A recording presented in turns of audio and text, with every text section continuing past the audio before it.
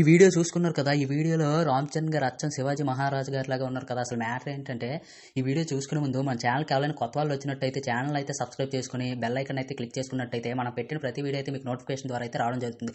అలాగే వీడియోకి ఒక లైక్ అయితే చేసుకుని, నేను ప్రతి వీడియోలో చెప్పేది ఏంటంటే, మన వీడియోకి ఒక లైక్ వేయడం అయితే ఈ వీడియో అయితే మరొక 10 మందికి రీచ్ అవుతుందని నా అభిప్రాయం.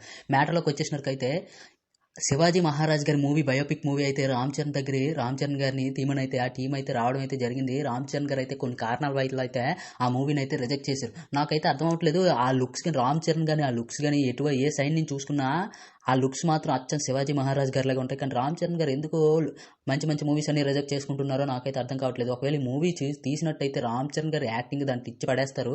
అలానే చూసుకున్నట్టయితే ఈ మూవీ అయితే ఒక హిస్టరీగా అయితే మిగిలిపోతుంది.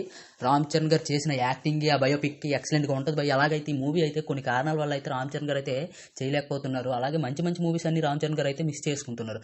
మరి ఈ మూవీ ఇప్పుడు చేస్తుంది ఎవరంటే రిషబ్ శెట్టి గారు. కన్నడ సూపర్ స్టార్ అయిన కాంతార మూవీ ఫ్రేమ్ అయిన ఆ హీరో అయిన రిషబ్ శెట్టి గారు అయితే ఛత్రపతి శివాజీ గారి బయోపిక్ అయితే తీయబోతున్నారు. ఆల్రెడీ అనౌన్స్మెంట్ కూడా చేశారు.